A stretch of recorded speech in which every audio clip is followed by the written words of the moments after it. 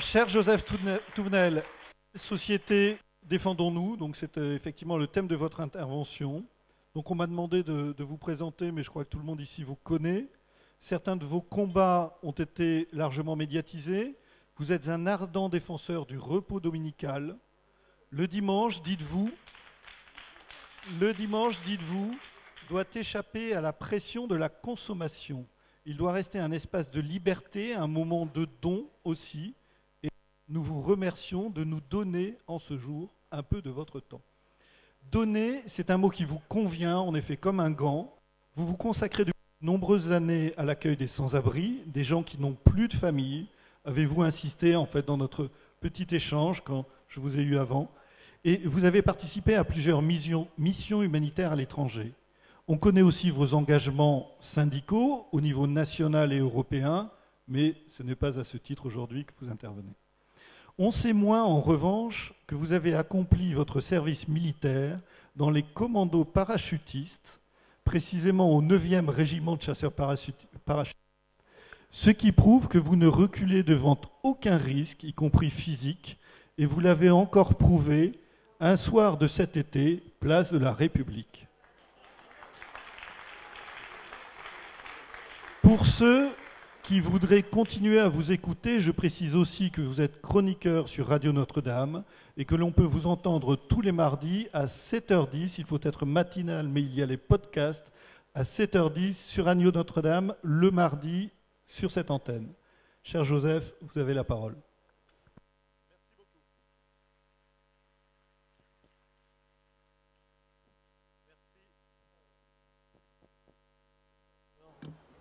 Merci beaucoup, merci pour cette présentation très élogieuse.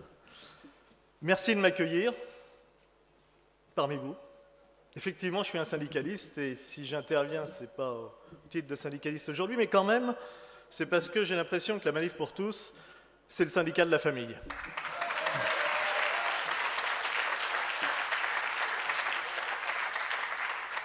J'entends ici ou là, parfois murmurer, parfois éructer, que nous serions un rassemblement de vieux acariâtres, rancis, voire des néofascistes, homophobes et haineux.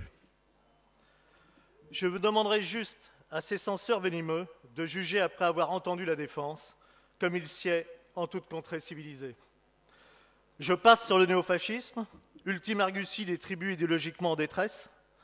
Je ne puis tout de même m'empêcher de penser que banaliser le totalitarisme et ses représentants, c'est lancer un crachat au visage des victimes de ces idéologies de mort.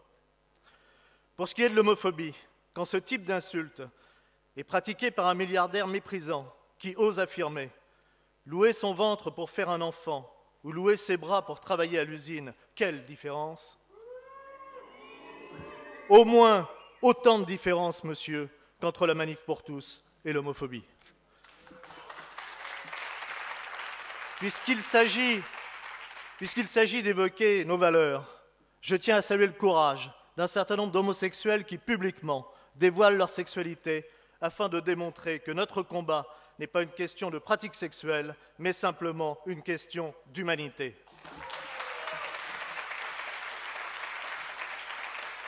Merci à toi, Jean-Pierre. Merci à toi, David. Merci à toi, Sabine.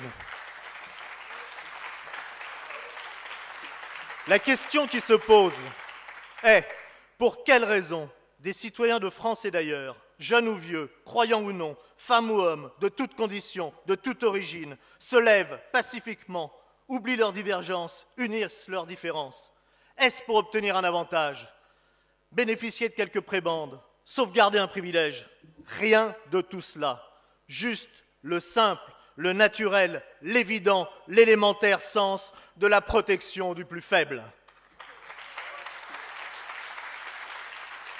De celui qui ne peut ni s'exprimer, ni revendiquer, ni même tout simplement se défendre.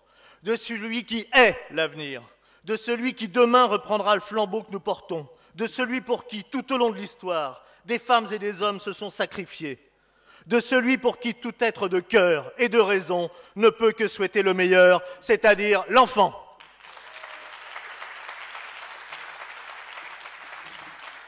Le sens de notre combat, de notre engagement est là, pas ailleurs. Oui, nous considérons que nous avons le devoir de veiller à ce que la société s'organise pour préserver les droits de l'enfant, et d'abord les plus élémentaires, comme ce principe fondamental de civilisation, et Madame Taubira ne s'était pas trompée, il s'agit d'un problème de civilisation, assurer le droit inaliénable de chaque enfant à bénéficier de la complémentarité d'un père et d'une mère. Nous le savons, nous le voyons, la science et le bon sens le confirment quotidiennement. Les hommes et les femmes sont différents, tant physiquement que psychiquement. De quel droit pouvons-nous sciemment, délibérément, volontairement, de façon organisée et réglementée, priver un enfant de l'équilibre fécond engendré par la présence attentionnée d'un homme et d'une femme? Il s'agit simplement de ce que Sully Prudhomme définissait comme l'amour guidé par la lumière, c'est-à-dire la justice. Cette juste appréciation, cette reconnaissance, ce respect des droits de chacun. Quelle société peut vivre en harmonie sans satisfaire aux exigences de justice? Aucune. Vous me direz, à quoi sert de rendre justice à ceux qui n'en ont pas conscience? À quoi sert de défendre les droits de celui qui est bien incapable de comprendre le mot et même la chose? Simplement, naturellement, tout bonnement, et dans bonnement il y a bonté, par solidarité. In solidum en latin, c'est-à-dire pour le tout. Car l'être humain est un être social. Si chacun est une personne et non un matricule au sein d'une fourmilière sans âme, nous sommes également autant d'acteurs du destin commun. In solidum, pour le tout, au service du bien commun et non de l'empilement hétéroclite de désirs égoïstes de quelques-uns.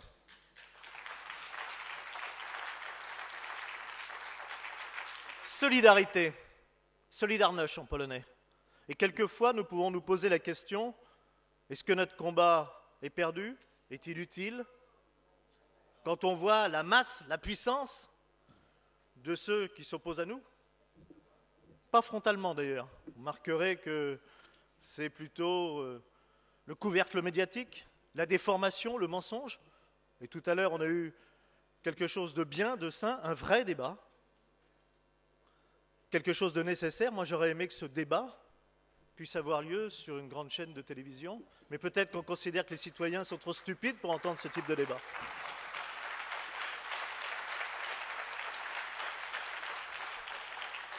Solidarité, Solidarność, je vous disais en polonais, parce qu'on peut tirer de grandes leçons de ce qui s'est passé en Pologne.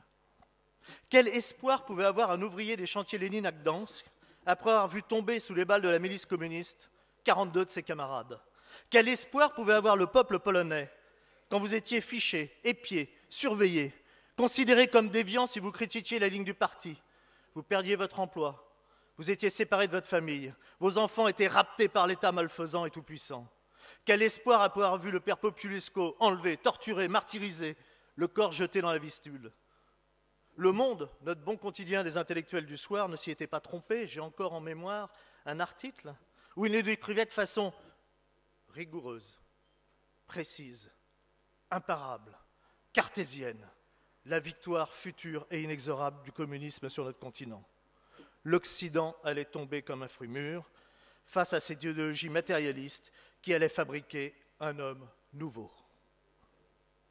Quelques mois plus tard, le mur de Berlin tombait. Ah oui, à vision humaine, nos amis polonais avaient perdu, comme les Hongrois en 1956 ou les Tchèques en 1968. À quoi bon mener un combat de souffrance? Le système était visiblement le plus fort, et pourtant, ils ont gagné, car ils n'ont jamais cessé de cultiver une autre de nos valeurs, l'espérance.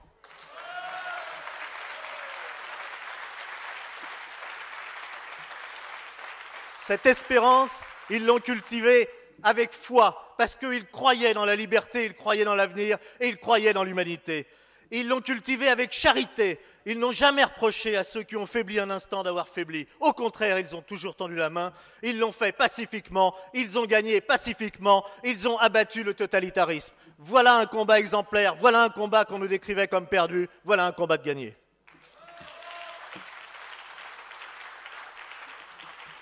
Cette espérance qui nous unit malgré les difficultés, malgré la puissance des forces des ténèbres, cette espérance qui faisait dire à Edmond Rostand « c'est la nuit qu'il est beau de croire en la lumière », cette espérance qui nous pousse à nous battre pour la liberté, pour l'égalité et pour la fraternité? Où est la liberté de celui qui ne peut dire mot et que l'on prive délibérément de cet équilibre naturel apporté par un homme et une femme? Il n'y en a pas.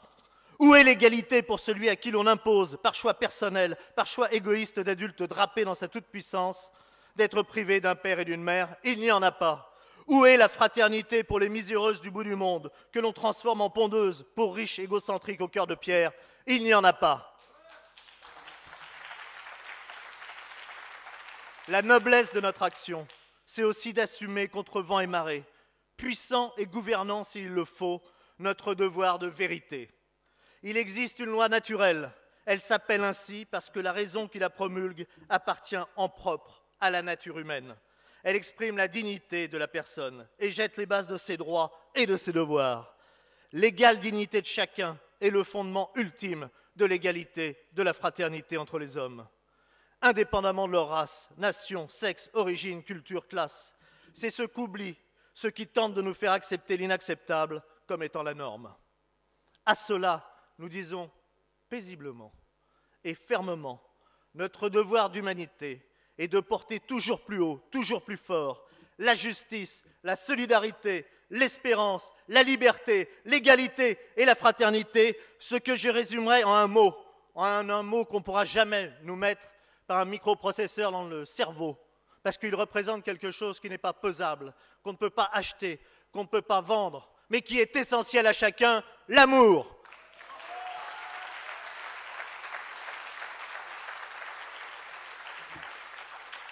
C'est bien par amour de l'humanité de chacun que nous sommes entrés en résistance. C'est par amour que nous ne lâcherons rien. Jamais, jamais, jamais!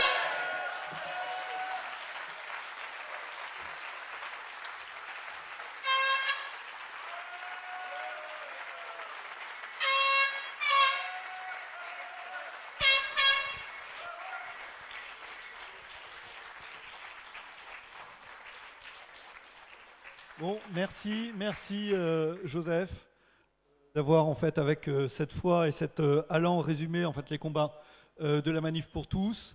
Je retiens surtout en fait que vous avez réfuté la notion de sens de l'histoire. Effectivement, c'est une notion en fait que vous combattez ici en fait parce que vous avez la volonté en effet de défendre un certain nombre de valeurs.